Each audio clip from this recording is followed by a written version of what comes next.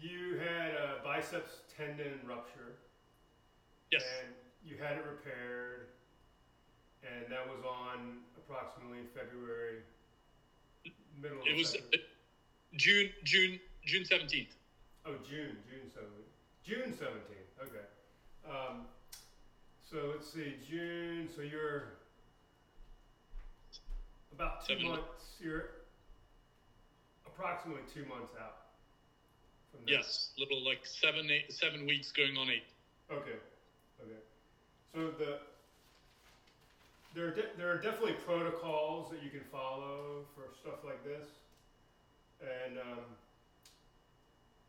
I think you're an athlete. You're used to uh, going to CrossFit, working out regularly. So we have to take that into account, and what your Okay. normal activity level is. I mean, you're going to be you had it's not like you were a couch potato before this happened. Um, so Okay.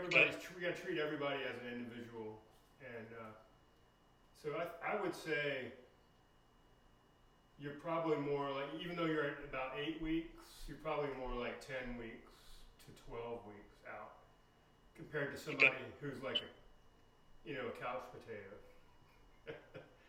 um, so what you want to start doing is um, sub-maximal isometrics.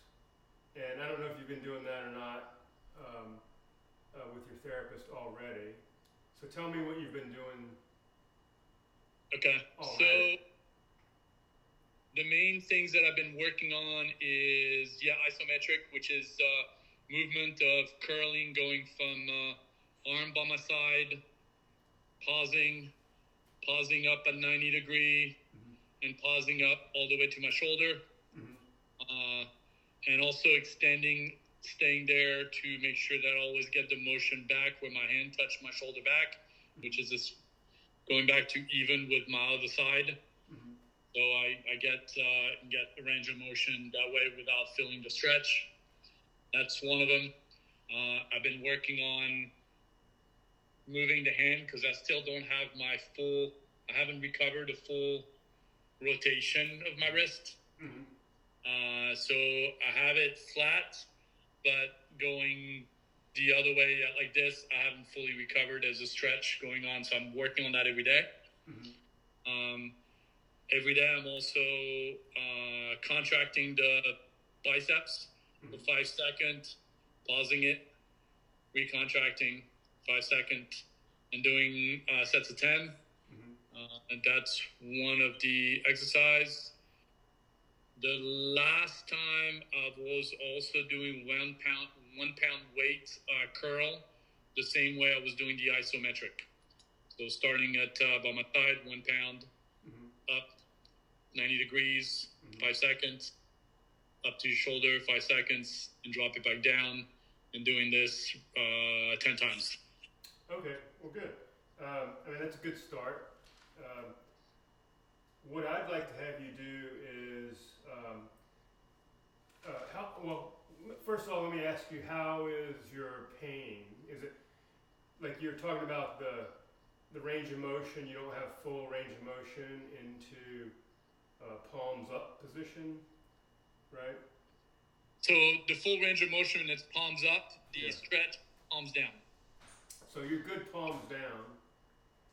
So the other way. The hard I'm part good is palms up. yeah, the hard part is getting the palm up all the way, full range of motion. No, the hard part is putting the palms down the other way. Oh, going against down. against resistance or not? It's no, just plain going, turning it. I haven't recovered the full range of motion. So when I looked at my left hand, I can see palms down. I'm pretty flat. My hand is flat, horizontal to the floor, facing the floor. Versus on my right hand, I still have about a 10-degree angle, and I can't reach it. And I feel the stretch in my forearms, actually, where the biceps was reattached. Okay, and so that's pain is the limiting factor for you. You're feeling that Pain and stretch, And the other location for the pain is actually I haven't fully recovered my full flexion on my wrist. I'm not at 90 degree yet, and I've been working on this, trying to get back to. So I'm doing some prayer. Yeah, exactly. I've been doing some prayer stretches. Okay. And reverse pushing my wrist against a wall or something like that with a hand down and trying to get back to 90 degree angle. Okay, good. So yeah, you need to work on all that range of motion still.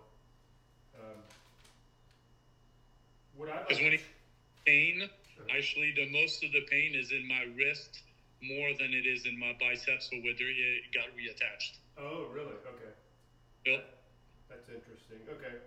And do you know? So it was the tendon where it inserted on the radius. So the part that they had to reinsert it is the part that it's the bone that works on the rotation versus the curling. The curling was fairly intact. Mm-hmm. The rotation one, and I forgot which is like ulnar radius, which one it is. But the one that was reattached is the one that does the rotation of the wrist. Yeah, that would be the radius. And, yeah. And that's where most of the tears occur in that instance. So that's why you're kind of having trouble, a little bit with that rotation. What I'd like for you to start to do, and you can let pain be your guide, but are you doing an isometric, meaning you're moving against an immovable force, you're pushing against the immovable force. Are you doing something like that? I am not. That's not one. Early on in the first few weeks, at PT, he was using the therapist was using his arm to hold my arm, mm-hmm. and I was trying to curl my arm at low strength without stressing too hard. Yep. Yes, exactly like that. Yep. Okay. Yeah. I'd like you to continue doing that, but if you have access to a bar, like an Olympic lifting bar, or something that's not going to move, okay. Or something that's so heavy there's no way you could actually move it, and then press against that bar. So it would be like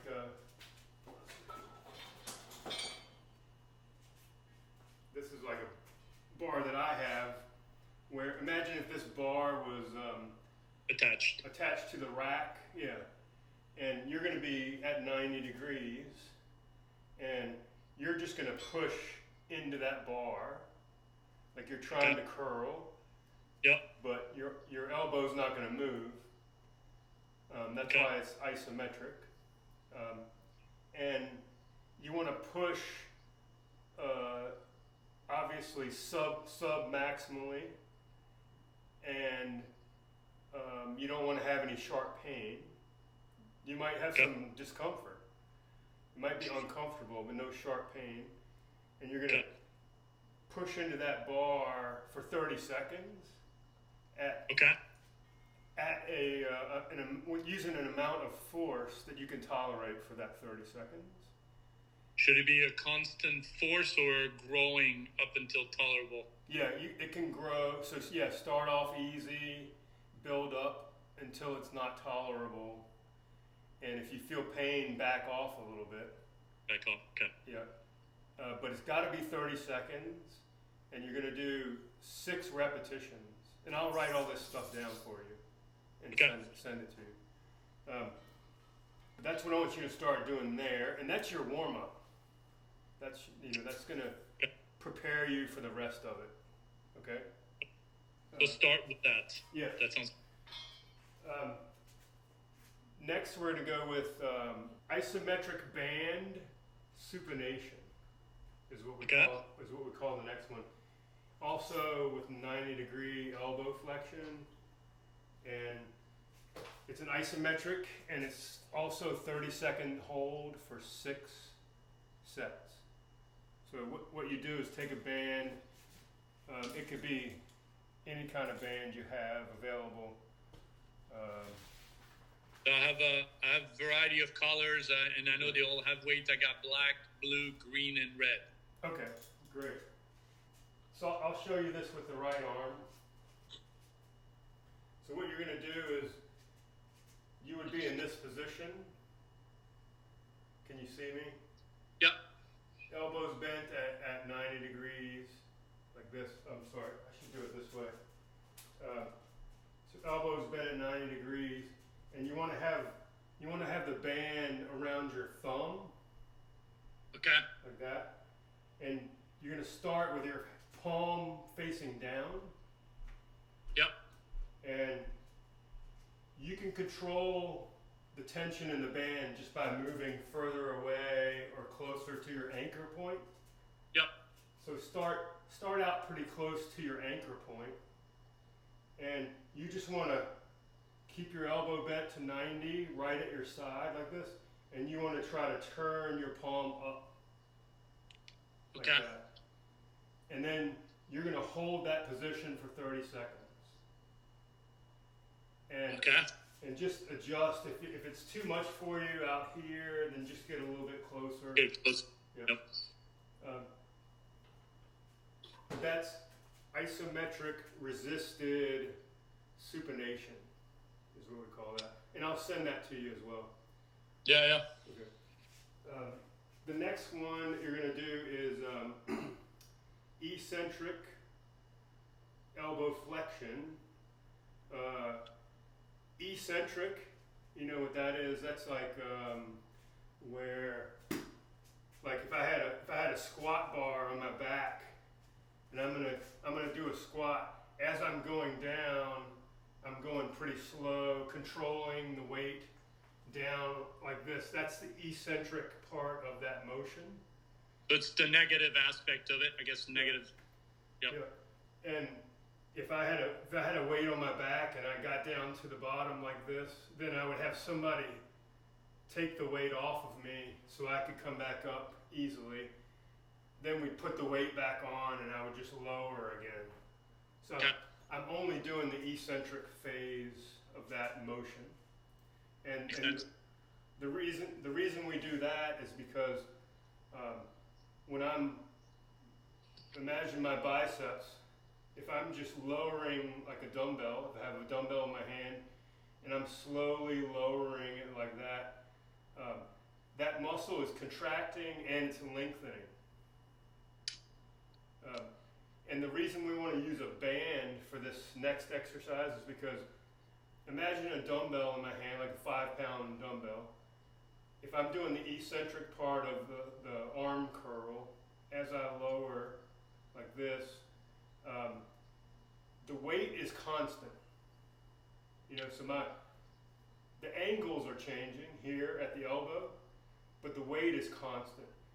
Whereas if I use a band, and I take a band like this, and I start up here like this, as I lower like that, the band is shortening, right? And the tension is being lowered as I go down. Because I would have the risk of injuring it again. Yes. Yeah, exactly. Because you're the most vulnerable right here at the bottom, right?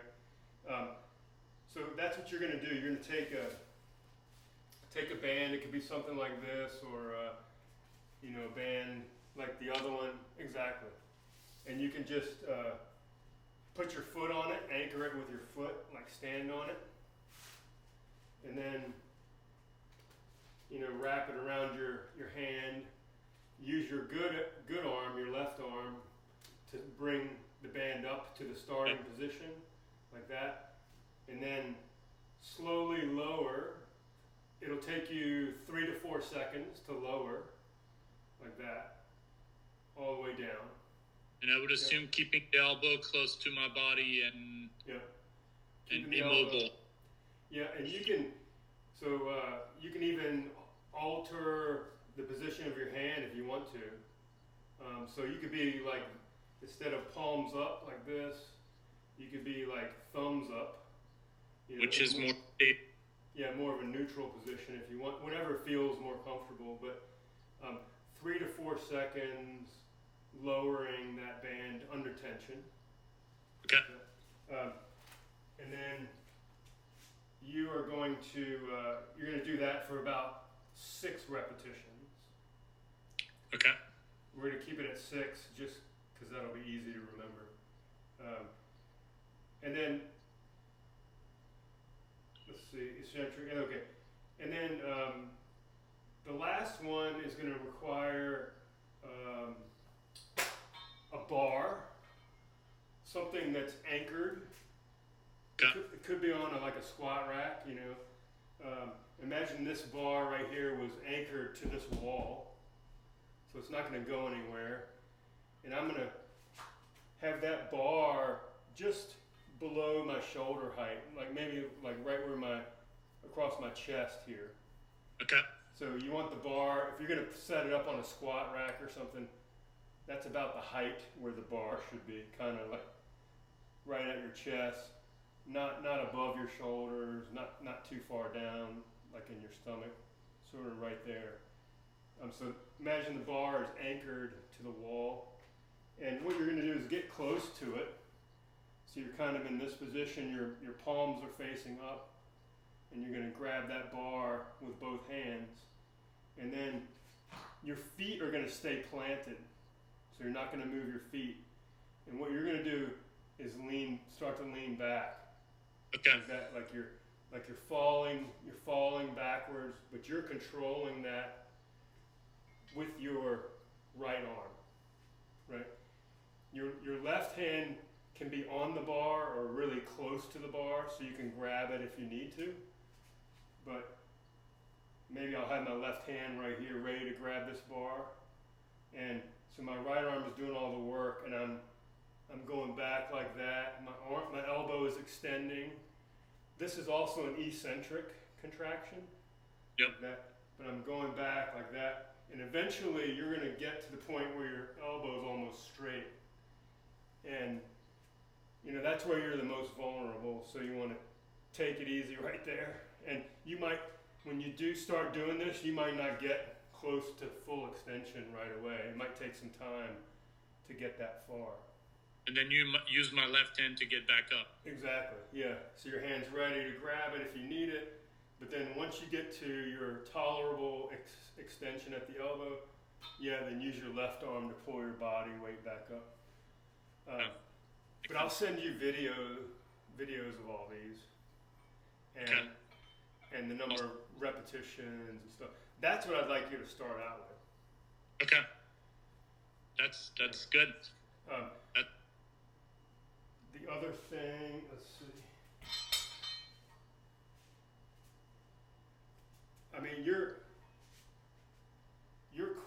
very close. I'd like you to do this first for a couple of weeks at least. Yeah, 2 weeks. And let me know how it goes. You know, give me some feedback. But I think you're close to the next level up, which is going to be, some more fun. I know these are kind of boring exercises. Actually, at that point, the way I feel about the arm, I don't think they're boring. I think they will be challenging because I still feel pretty weak on my biceps. Okay. So that's good. No, I feel it will hit. It's needed. Okay, good. Yeah, I think you're really close to being able to do so much more fun and exercise that'll make you feel like you're really getting somewhere. Questions about any of those? No, they seem pretty straightforward, and Okay. yeah. All right. Cool. Yeah, that's what I would do. I mean, we're always, we want to do as much as we can to make progress, but not like set you back. Yes, and that's the part for me is like I need to make more progress than I am, but not in the part where it's stupid and go back and. Do you feel like you're having some swelling in the arm, or? No, I don't think there's swelling anymore. I used to feel that when I was trying to get with the range of motion. Mm-hmm. Now most of the thing now it's feel like it's a lack of range of motion, and it's I guess the tendon around my wrist and things that are angry because they were immobilized for too long. Yeah. Otherwise, it's I don't feel like the motion, any swelling is restricting my motion. Okay, good. Yeah, you're pretty limber, flexible guy anyway, I think, normally. Yeah, because I think, I'm pretty good with it's stretching, but I'm getting close to feeling comfortable without the stretch. For example, just touch my shoulder. Okay, good. And is that the shoulder that you've had dislocations in the past? No, Oh, the other one. Well, that's good. That's a bonus. So actually, right now when I go to the gym, I work just only in my left side. Yeah. So I strengthen the left side. The left shoulder is catching, is taking no pounding. Nice, very good. Yeah, I'll send those to you. Get them to you this weekend. Those exercises, so you have a visual of them. Yeah, and I can do all of those, and I can even get the bar. I can figure out at the gym we have that, so I definitely can do that, and I can do that every day. Right. Sweet, man. Very good.